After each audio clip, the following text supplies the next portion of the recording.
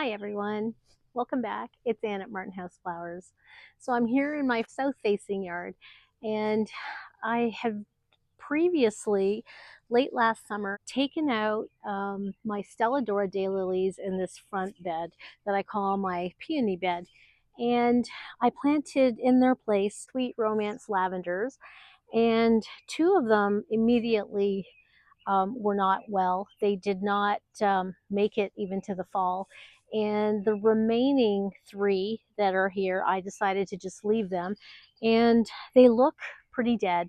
So I got them from my friend Barb at the garden market in Sycamore. And I went over there to see her today, and I was telling her about them. And as you all know, Proven Winner's Sweet Romance is quite popular. And I'm pretty sure I have one in this bed right in front of the front porch, and it was pretty successful, but it was established for many years, many years in terms of 3 years that we've been here.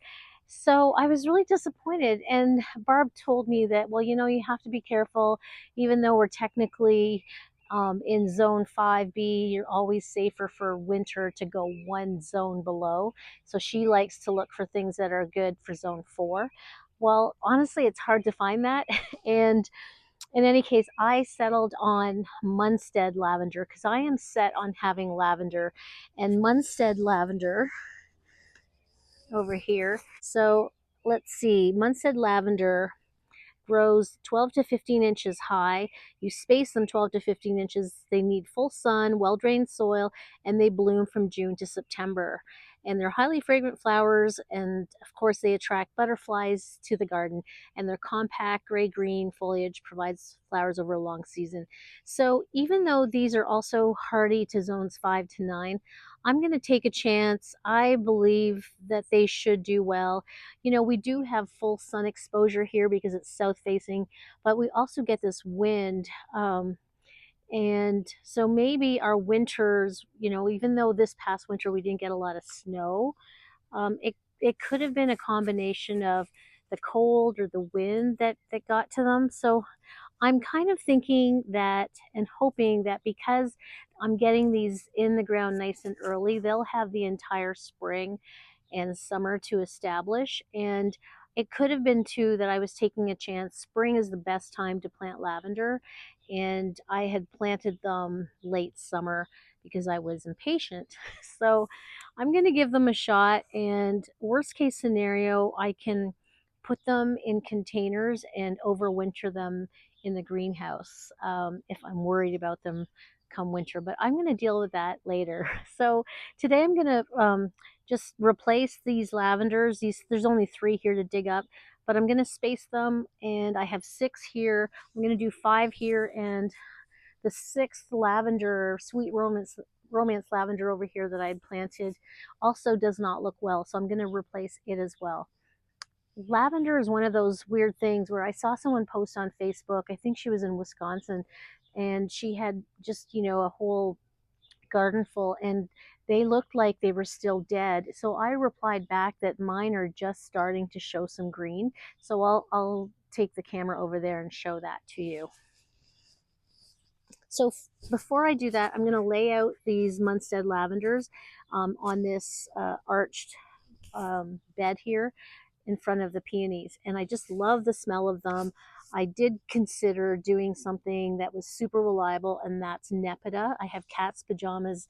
I have 7 around my mailbox, and then I have, I think, 10 or 11 down the row of my rose garden. So I'll take a look at those too, but I just didn't want that smell to be around this pathway. I prefer the lavender. So I'm just going to lay out the lavender. Unfortunately, it started to rain, and I might not be able to continue, but there is the sweet romance lavender in the condition that it's in. I'm not very hopeful about it versus the lavender over here that's been around for a while. It's quite woody on the inside. I did prune it earlier, and you can see that it's greening up, which is very promising, as well as this one over here. This is the other sweet romance because I did buy 6 of them last year. And this is the other one here. So no sign of green there. But there's definitely signs of green down here. So I'm not sure. Oh, there's more greenery. So I'm not sure whether I know I don't have 5 of the same. I was pretty certain that they were Sweet Romance, these large ones, but now I'm not so sure. I called my nursery that I thought that they came from, because I had put several here a couple years ago and they had told me it was Sweet Romance, but I'm not so sure just based on the look at the rain, the success or lack of on those ones. It's raining. What do you think, Ed? You want to come out in the rain, honey? You want to come out? He's gonna run on you. Sit. No, he won't. Sit. No. Are you gonna come? No. Go back. Good boy. Sit down. Show us that you're a good boy. It's raining. Sit. Show everyone on YouTube you're a good boy. Good boy. Look at you. What a good boy. What a good boy. What a good boy you are. Who's mama's boy? Who's mama's boy? Yeah, you're mama's boy. I'll come in soon, okay? Love you. Look at you. Okay. So I laid the first one out there.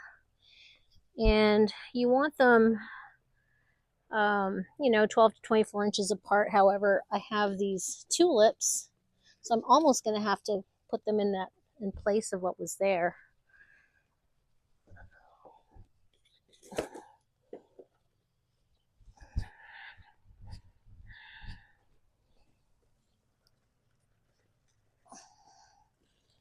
Somehow squeeze them here.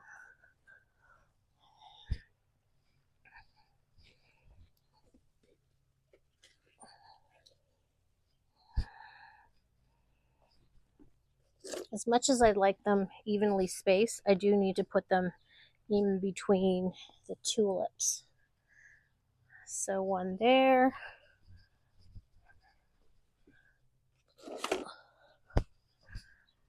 One, two, three, 4, 5. One there. One.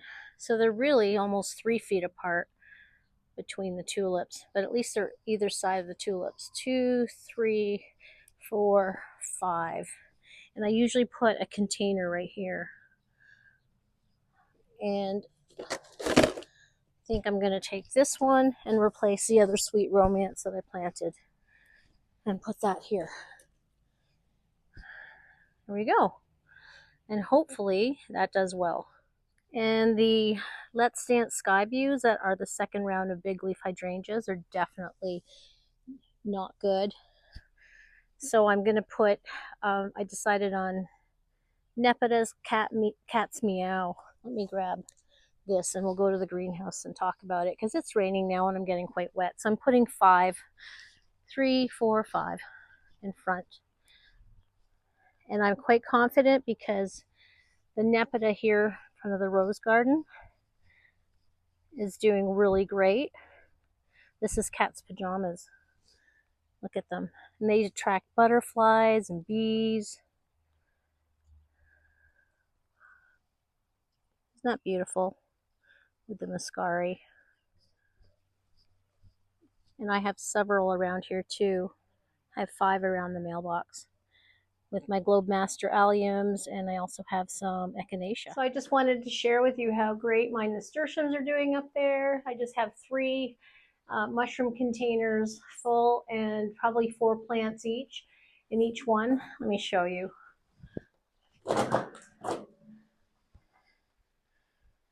I see 1, 2, 3, probably 4 in each one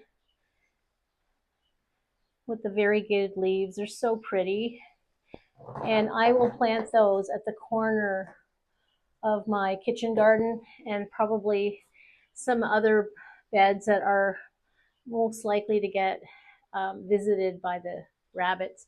And I have some cosmos up there and some asters that got some aphid damage, but I think they're going to be okay. I'm not likely going to do asters again. I wasn't too impressed with how floppy they were. You can see these are the last of my snapdragons. I've got some salvia, some blue salvia that's about to bloom, some stragglers here of snapdragons and ageratum, and 3 trays of different cosmos.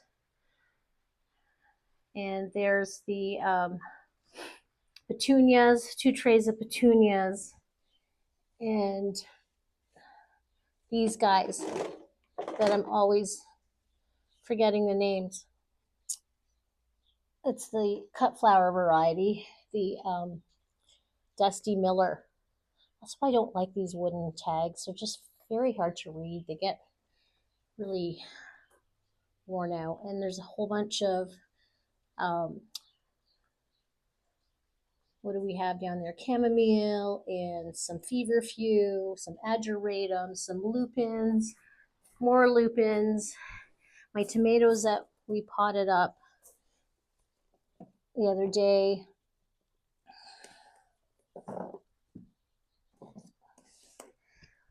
And look at, I'm seeing some sprouting, pre-sprouting. Look at that, my dahlias. And I was watching this new channel in the UK, and she was saying, the YouTuber was saying not to water them so that they don't rot. There's the other. And today I asked my stepdaughter, she helped me out repot or pot up these ageratum. So I end up going inside after being in the greenhouse for a little bit yesterday afternoon, and it's the next day, it's the weekend, and we have some recitals to attend today and family things. So I think I'm just going to show the placement once again of the Nepeta and what my front south-facing garden looks like. I'm happy about the boxwoods. Most of those were replaced last year, 4 out of the 7, I think, because they didn't winter over, and I think they're Green Mountain. So there are my Globemaster alliums. That's one of them that is about to bloom, and next to the peonies. And as you can see, my tulips are finished. But in order to successfully have them return year after year, I have to wait them out until they go pretty golden and crispy, and then I cut them back. And Kiss Me Kate is looking healthy, growing tall. There's some more of the Globemaster and my purple tulips. I put my basket out again on the door, and I wanted to show you my Meyer lemon tree. It was actually likely the culprit of the start of aphids, and I have treated it, gosh, at least 4 or 5 times now, and I think I'm going to leave this out on the patio because it's next to my hose link. So yesterday, instead of spraying it with insecticidal soap and Mitex and anything else I've tried, and picking them off with Scotch tape, which is very effective, but I decided to just hose it down. But look at my beautiful tulips over here. I'm just loving these. So I think I'm going to have to wait to work on my south garden, my peony garden with the lavender. And it's so amazing how full it looks compared to early spring or in the winter time. It's pretty barren, that bed. And these driveway containers that we planted up in February together, the yellow tulips, I didn't even remember which tulips I planted with the daffodils, but they're starting to bloom.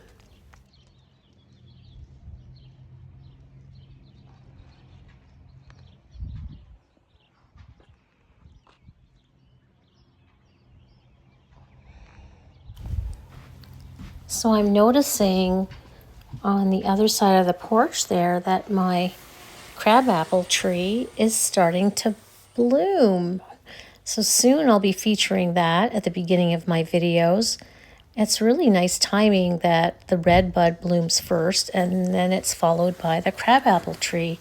And I have 2 of them that the builder planted for us. So it's Sunday, and I'm finally going to plant up these Munstead lavender, on my front south facing walkway. And I'm going to measure out to make sure they're equidistant apart. Let's have a look. I did it by eye, so I'm just going to take a measuring tape and see. Of course, I'm a little bit limited because I've got tulips that have grown over the last 3 years.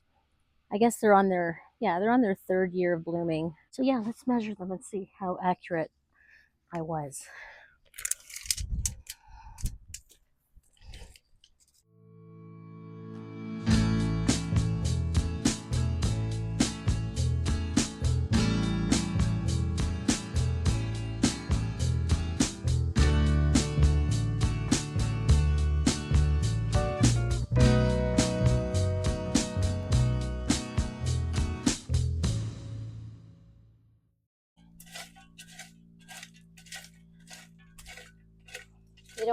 I don't want it too close to the walkway. Just a reminder, these grow 12 to 15 inches tall, 12 to 15 inches wide in terms of spacing. But I remember so pretty much the same. So they say 15-inch spacing, but we did it 30. We did double that, and that's because of my tulips. There's not much more I can do, but that's okay. I think that's based on wanting to create somewhat of a lavender hedge, which I'm not as concerned. I'm happy if they're mounded. So, and then I've got lots of room here where my peonies are. Look at them. Gosh. And I'm really hoping, I did read up on the best types of lavender to grow in my zone, in zone 5B. And I even looked up what lavender is hardy in zone 4. And there technically isn't one, but Munstead has proven to be successful down to zone 4. As compared to the other lavenders in Munstead. It is an English lavender, which is also recommended for success in our area. So I feel pretty good about it.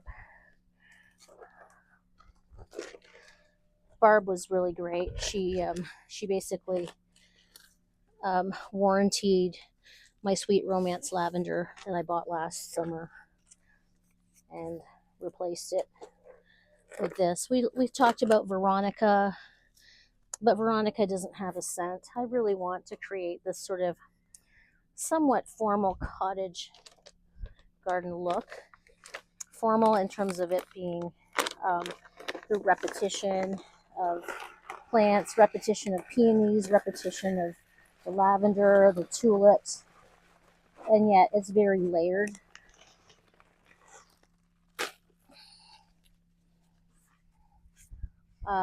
It's also recommended that lavender, it says that it's a dwarf lavender. There you go. It's recommended that lavender grow in sandy soil, and you can add peat moss, but I don't have any on hand, so I don't know if I'll come back. I might be a little deep because my soil is somewhat clay.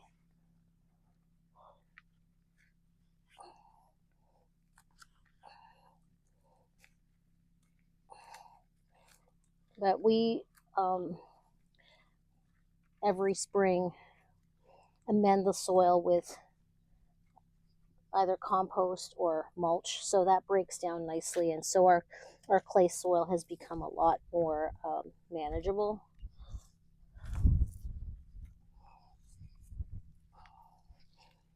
The soil is so moist because we've had rain over the last 72 hours.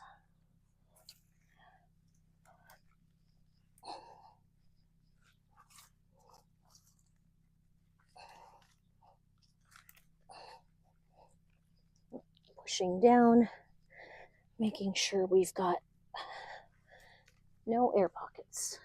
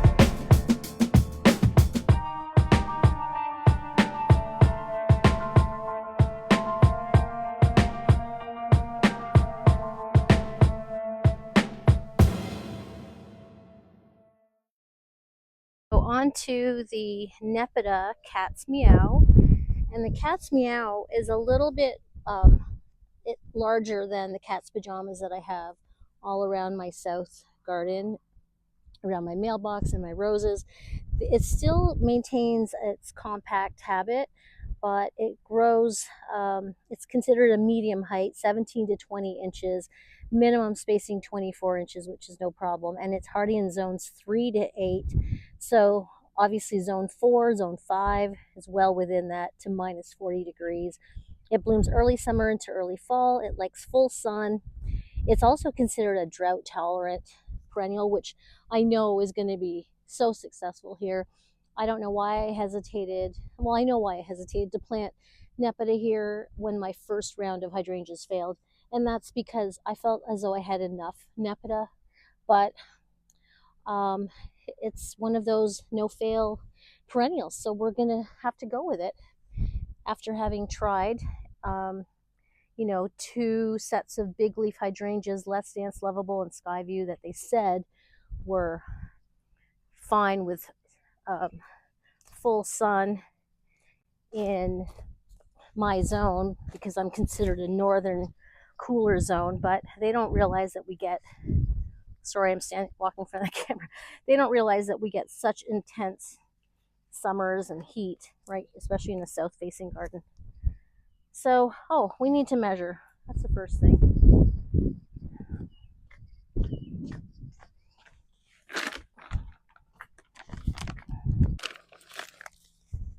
So I don't want to plant in the same hole that the hydrangea was in, just in case there's some kind of issue there, any disease.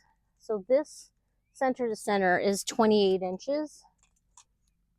Let's move on to the next.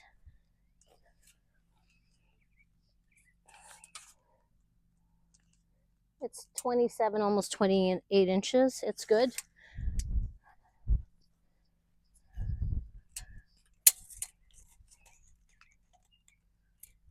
(27 to 28 inches). That's good. 27 and a half.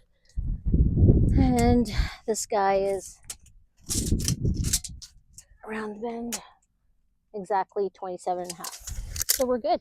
I mean, I can move this first one over just a smidge to make it a little closer to 27 and a half, and I did all that by eye. That's pretty good. That's 27. Let's move it. That's too far. There we go. Exactly 27 and a half. Basically centered to these. Well, not quite centered. So I had one of the hydrangeas to the right of here, but with more bulbs and tulips coming up, I'm not worried about this space. So let's get started.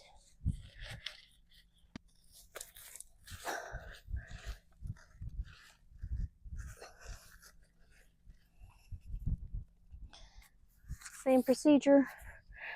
Dig a hole to the depth of the can that the perennial comes in.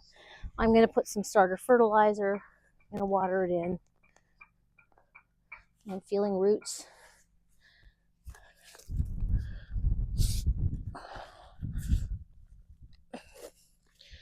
It's probably the root of this hydrangea, but there's zero sign of growth.